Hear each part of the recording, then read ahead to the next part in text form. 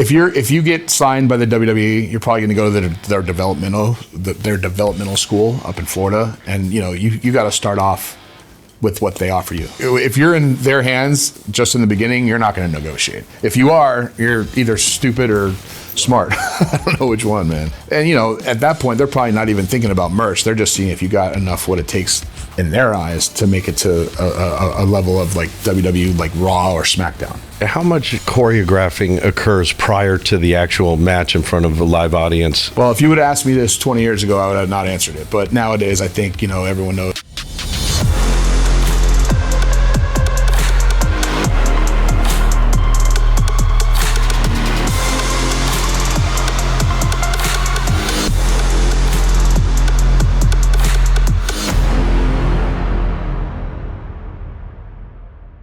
Hey, this is the punk rock powerhouse Brawlin Bo Cooper, and you're watching Cinemills TV. Stay tuned.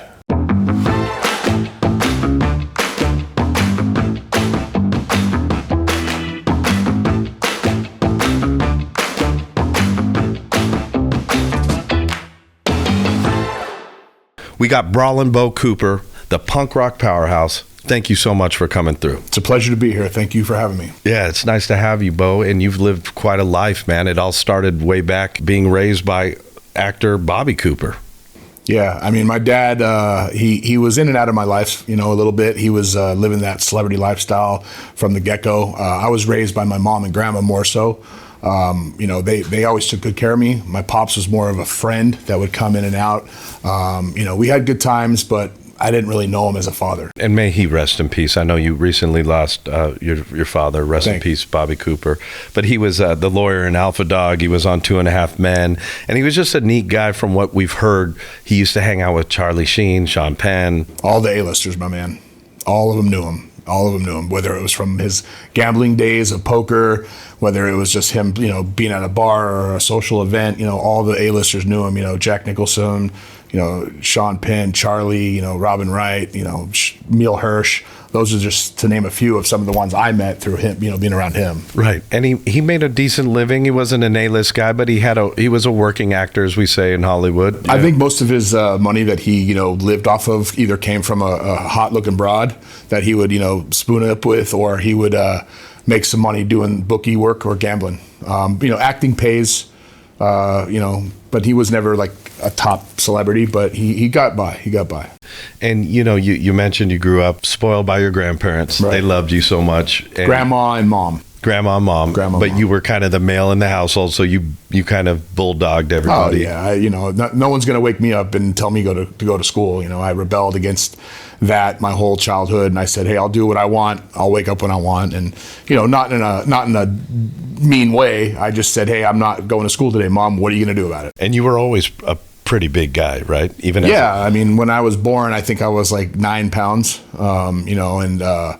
I don't know where that came from, except for my uncle on my dad's side was really big. When he passed away, he was 600 pounds, 6'4". So that's the only big person in my family, because my dad was like 5'9", my mom's 5'7". So I don't know where my giantness comes from, because I'm standing 6'2", 400 right now.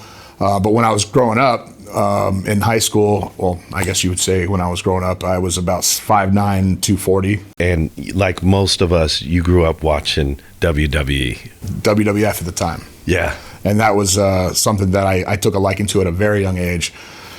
Watched my cartoons when I was a kid, and then I, started watching this when I was probably about 6 or 7, and I just fell in love with it. I loved the sportsmanship. I loved the characters, and it was something that I at a young age always, used to jump off the couch and wrestle my buddies and, in the living room and break stuff all over the house. And like, once again, what can my mom say? I tell her just, hey, we're just wrestling, Mom. What are you gonna do about it? Your mom should send a bill to Vince McMahon for all the shit you broke. Exactly. No, totally. Right.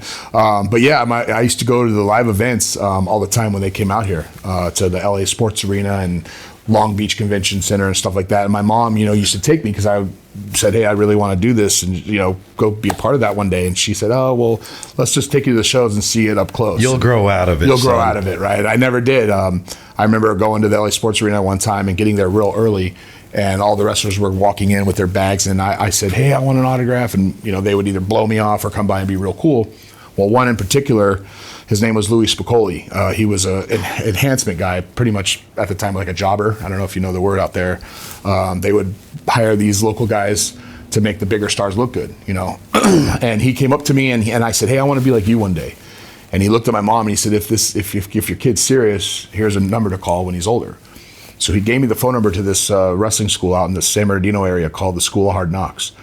I called the number up. I was 14 at the time, and they said, yeah, you know, if you really are serious, you can come down and pay the $2,500.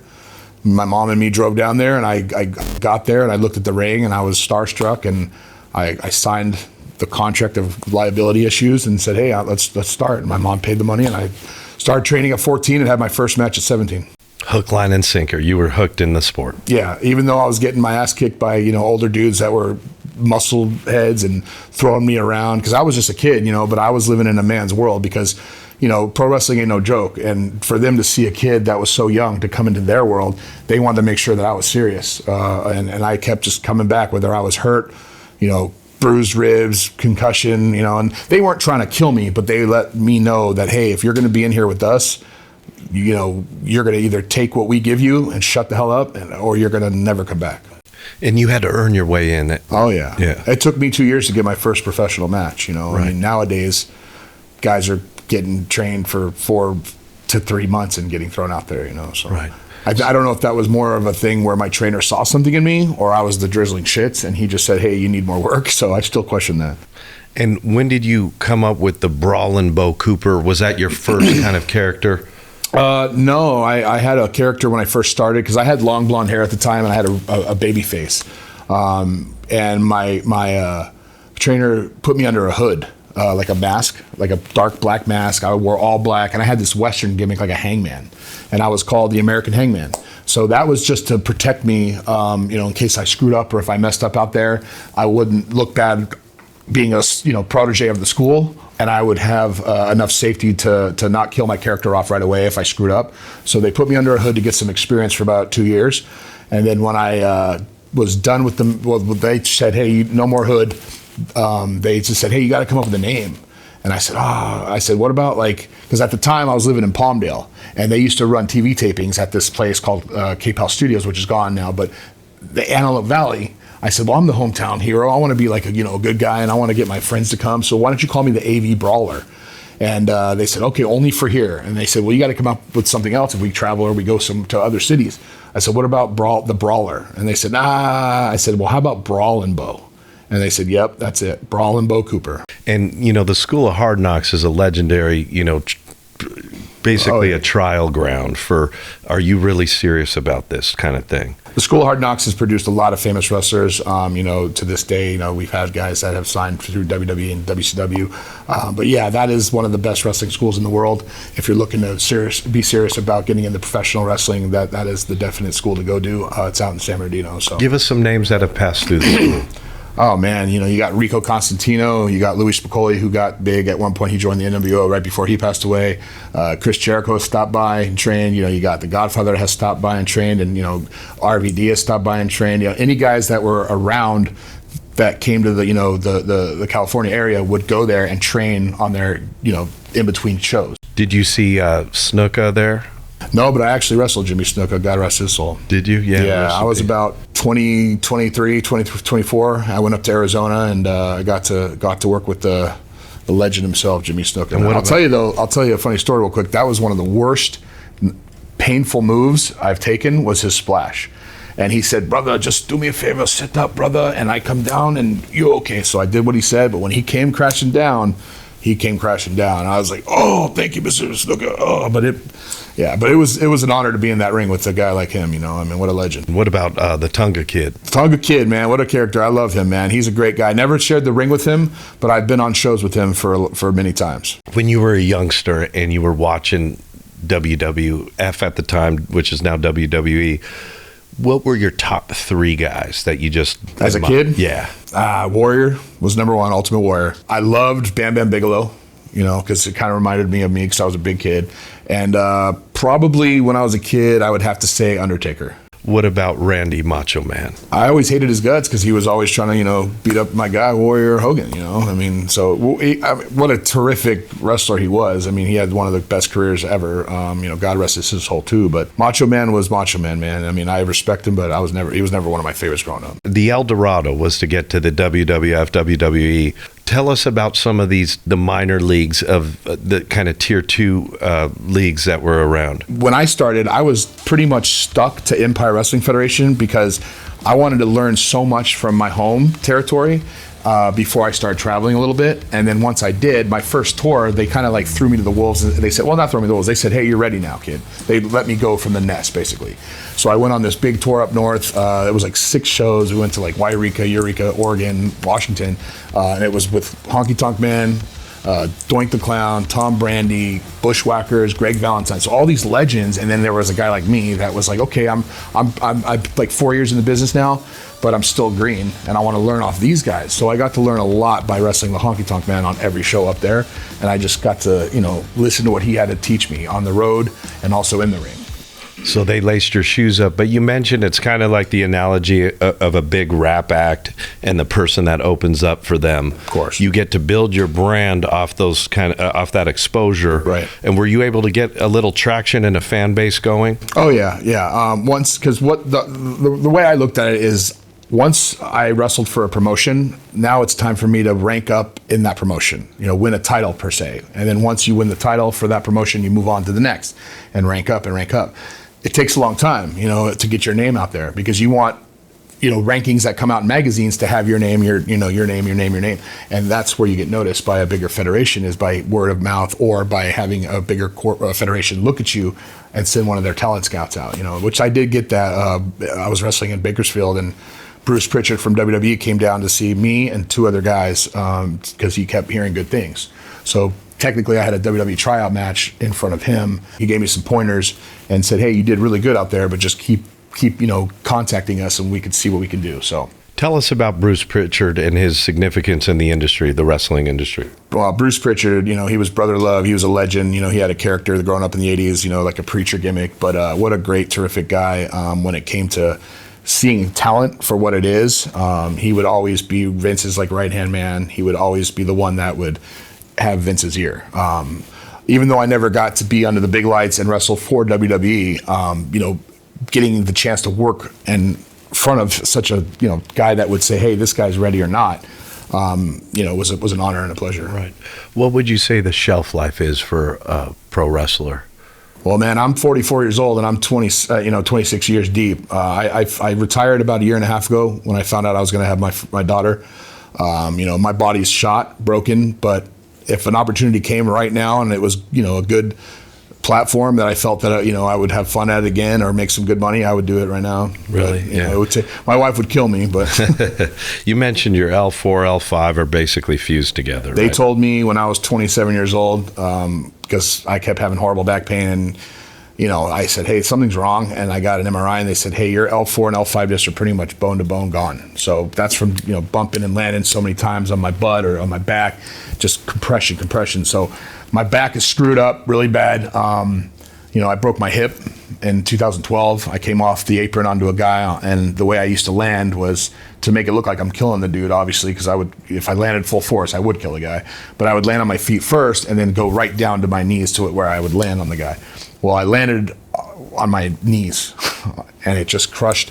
The weight pushed up, broke my acetabulum, and I actually wrestled twice that night. I didn't realize it was broken. I knew something was wrong because I couldn't put a lot of pressure on my left hip.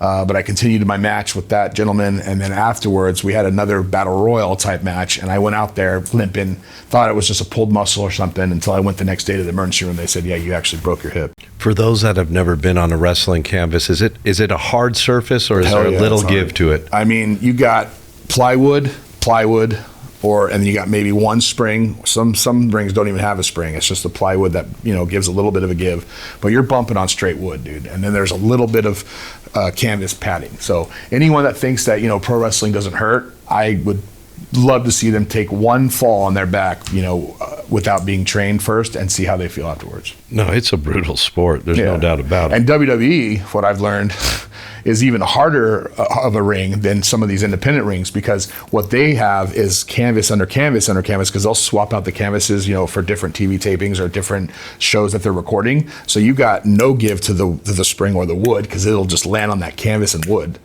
So it's like thick. So you're just bumping on thickness and wood. Recently, the Combat League, UFC, has come under fire for the 1099 contracted athlete.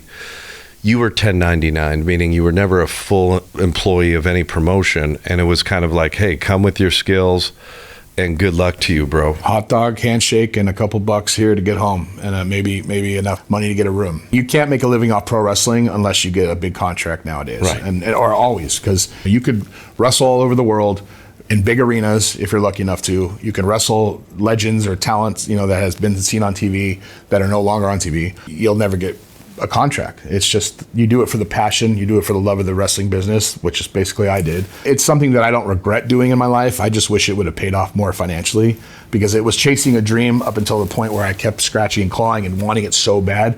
But I said, hey, you know, I'm growing up now and I got a family, you know, my wife, I should say, and I got to pay these bills somehow. Right. So I had to transition my love of wrestling into a real job. Do you think Vince McMahon should make some reforms in wrestler pay? It just depends. If you get signed by the WWE, you're probably going to go to their developmental school up in Florida, and you know you got to start off with what they offer you if you want it. So take it or leave it. Take it or leave it. Yeah. You know, you're not going to negotiate at that point. You're going to either say, yeah, I want it, or I'm not going to take this offer, because you can't. At your time, if you're in their hands just in the beginning, you're not going to negotiate. If you are, you're either stupid or smart. I don't know which one, man. And I assume it's a draconian contract you sign, like we own your ass, we own your merch, we own 100%. Everything. Right. At that point, they're probably not even thinking about merch. They're just seeing if you got enough what it takes in their eyes to make it to a level of like WWE, like Raw or SmackDown. They're going to train you their way. You could say, hey, I've been training for 10 years. Well, let's see what you got under us now. You know what I mean? You ain't learned shit, basically what they say, until you've done it with them. How much choreographing occurs prior to the actual match in front of a live audience? Well, if you would have asked me this 20 years ago, I would have not answered it. But nowadays, I think, you know, everyone knows it is choreographed. You know, you get to the building, you find out who your opponent is, either by the promoter telling you, hey, this is what I want for the night, go get with your guy, come up with a match, or you basically, you know, say, hey, this is what I have in mind, and you present your match to the promoter, and he can say, hey, let's switch it up a little bit. Most of the time, you'll get to the building, you'll see the match lineup, and there'll be a little underline on who's going to win, which is either, you know, the bad guy or the good guy, which is a heel or face for the people that don't know wrestling terms. And either the heel or the face is going to obviously win the match. So then you got to create the match off of the ending.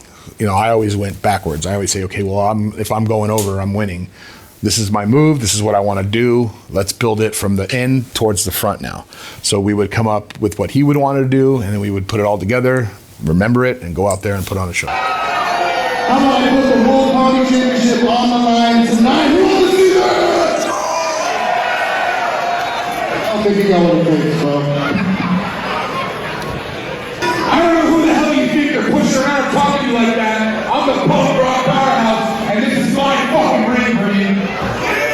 So if you want to put your little toy belts, like I've been winning belts since I was 17 years old, traveling all over the United States and Mexico, you want to party with me? I don't think you got what it takes. Come on, pussy. Let's do it right here then.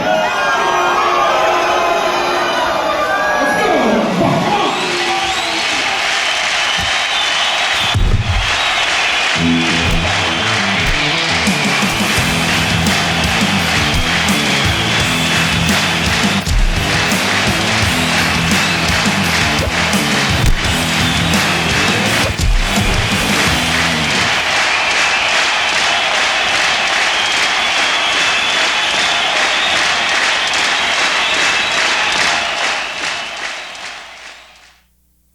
Tell us what the difference is between a heel and a face in wrestling. Give us good guy, bad guy. So the heel's the bad guy. Heel's the bad guy, yeah, and which is a term in the 1920s. I don't know where it came from, but if you watch old black and white movies, you can catch like an old like lady going, "Oh, what a heel you are," or something, you know, along those lines. The baby face, I don't know where that came from. I guess it's just because the wrestlers were more like clean cut baby face. They had like a A good guy image. Yeah, kissing babies, shaking hands type, ordeal. Right. So were you basically was Brawlin Bo Cooper the heel? I've done both, man. Yeah. I've done both. I mean, if with my size and look, the promoter could say, hey, I want you as a heel. You go out there and beat the crap out of the guy and tell that crowd to shut up and stick it up, or he could say, hey, man, go out there with your energetic tattoos and your good look and the crowd and get that crowd going and pumped up, and I've done both. A lot of people talk about steroids in the wrestling world. You were doing steroids. You said you were doing Winstrol, Deca, and what else? You were doing just a cycle just to keep up with these dudes, right? Yeah, I mean, not like I don't think a lot of the guys that were on the independent level could afford steroids. I did see it play in the factor, but I never saw a lot of guys, just sitting there slamming steroids in the locker room, because most of the guys were just everyday Joe Schmoes, but you did see the guys that were on the serious juice that you knew were going to be signed right away, like the guys that were just bulked up. I did it here and there just to see what if it could take me to the next level. Like I said, I was always a chubbier guy, but I was always solid back then. I wasn't a muscle guy. I was more of like a solid muscle fat. Yeah. Muscle fat. Yeah, that's a good way to put it. So I dabbled with it. I still take testosterone to this day through my doctor. And that's just because I want to feel normal, because if I don't take the testosterone, I go really low on my numbers, and it just makes me feel less of a man. Right. No, it's a therapy dose. A lot of guys are doing it. The thing that comes to mind is you got a dude that's jacked up on steroids. He's aggressive. Mm-hmm. You have kind of a pregame plan. But have you seen guys deviate from that plan and just try to smack you? Go off script? Yeah. Roid rage, basically. Yeah, basically. It's happened. I've been in a ring with a dude or two that's tried to do that, and, you just fight back. If something doesn't go his way, or he gets pissed off at something, or he's not getting enough heat, he'll try to take it out on you. But, not me. I'm just saying in general, because I'm not going to let that fly. I was trained the right way. If someone hits you a little too hard, you give them a little forgiveness. If someone does it again, you give him his shot right back, and you say, what are we doing here? Are we working, or are we going to fight for real?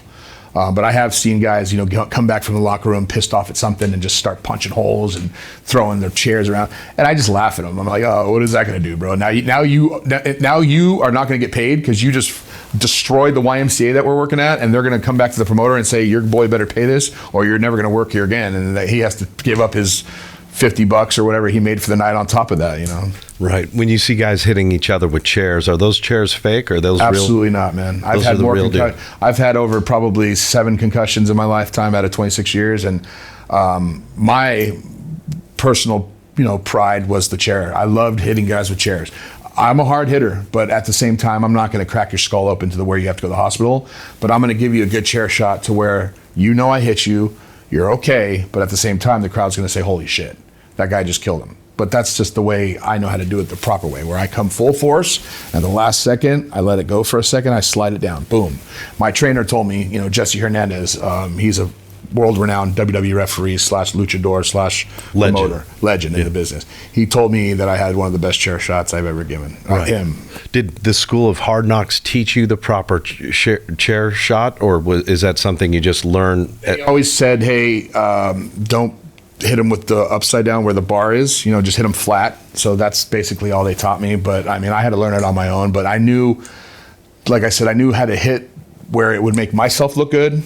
It would make the crowd say, wow, that was a really hard hit, but without trying to kill the guy. It's an art form, man. Yeah, it really is. It is an art form, and it's entertaining, and people love it. And it seems like the youth really love to get behind that heel or the face. And, of course, it's the good guy, bad guy. There's always a story plot line. Oh, yeah. It's real life comic book characters coming to life through your TV or in person. You get to see these guys battle it out for good or evil, basically. Yeah, no, it'll always be around pro wrestling. I don't see it going anywhere anytime soon. Even when Vince isn't even there, they're still doing millions. Describe the wrestling, because you've done some wrestling down in Mexico.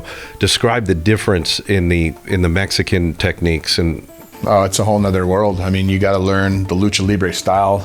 Everything is left sometimes. Like when you go to lock up, it's left. Arm drags are left. I only wrestled out in Tijuana twice at the Auditorio, but that's like the big arena in Tijuana. My first time out there, I was wrestling. It was me, Honky Tonk Man, and a guy named Parato Morgan. He was a pirate legend, against 3 brothers named Los Brazos. And those guys were legends as well out in Mexico. And the main dude, Super Pork Egg, he's passed away, God rest his soul.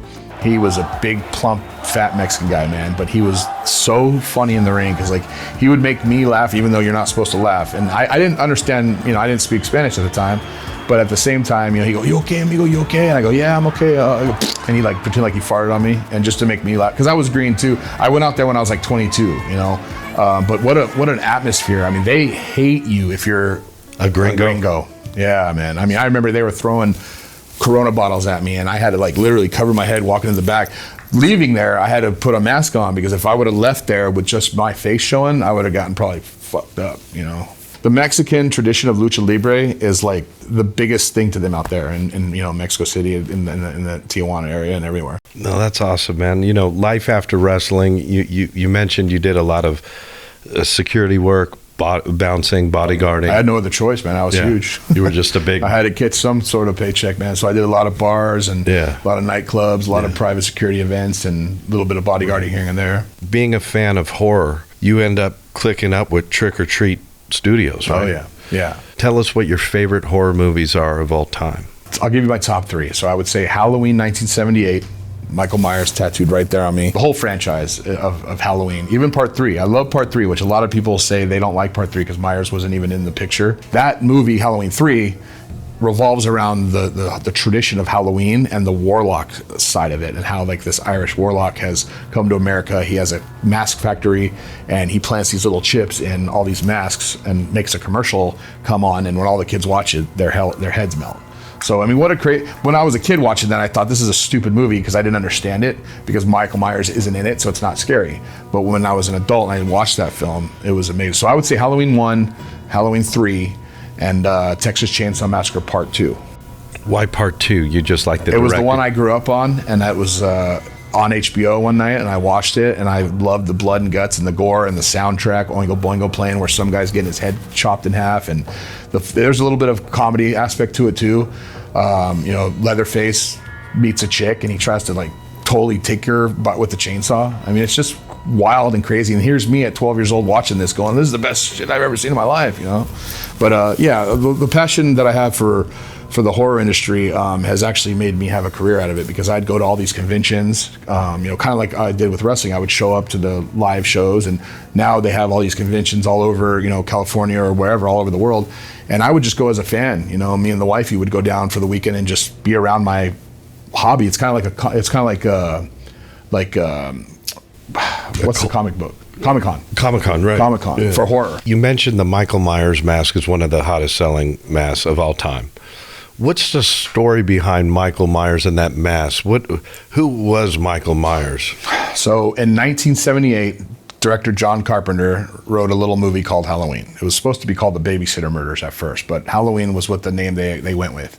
The mask itself was an actual 1975 Captain Kirk mask from Star Trek. So one of the directors, did you not know this? I had no idea. Yeah, this whole time you've been seeing a Michael Myers mask, that's literally a Captain Kirk mask that was converted. So Tommy Lee Wallace was one of the directors of Halloween as well, and he said, "Hey, we need a mask for our main killer." They said, "Go to the store, bring back 2 masks." One of the masks was a clown mask, and the other one was a Captain Kirk mask. So they said, "Hey, we're going to go with this one." So they ripped off the sideburns, cut the eyes a little bit bigger, spray painted it white, spray painted the hair brown, slicked it back. That's Michael Myers. So Michael Myers is really Captain Kirk. Yeah. And it's the creepiest mask for whatever reason. I don't know why. It just has an emotionalist it's look. It's the shape, man. It's the boogeyman in the shape, and it's an iconic mask, and people are still going crazy over Myers to this day. But yeah, it's a crazy story to think about. That was actually a character on Star Trek. And was Michael Myers part of the living, or was he just this like? He was a young boy that killed his sister in the movie, and he just, there was no reason. And that's the scary thing about Halloween Part 1 is they never give you an explanation of why. He was just pure and simply evil, as Dr. Loomis, his psychiatrist, would. But he was almost unkillable too. Yeah, because he got up after I shot him multiple times, and he got up. And that's the last thing you see in the movie. Sorry if there's a spoiler, but the last thing you see is Dr. Loomis, his psychiatrist, shooting him, having him fall out a window, and then it pans down, and you hear the music because he's gone, and that's the end of Halloween 1. And who do you think would win between Myers and Jason?